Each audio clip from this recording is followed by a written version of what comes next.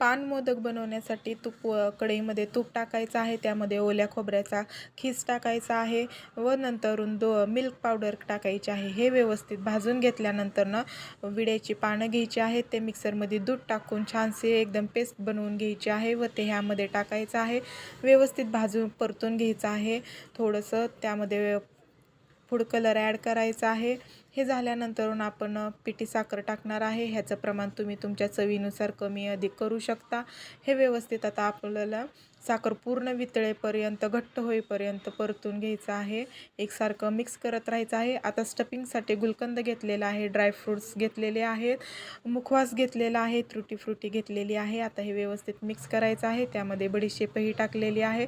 तर आता आपण मोदक बनवायला सुरुवात करूयात. तर आपण साच्याला तूप लावायचं आहे. जे परतून घेतलं होतं ते खोबरं सारण लावायचं आहे व मध्ये स्टफिंग भरून घ्यायचं आहे.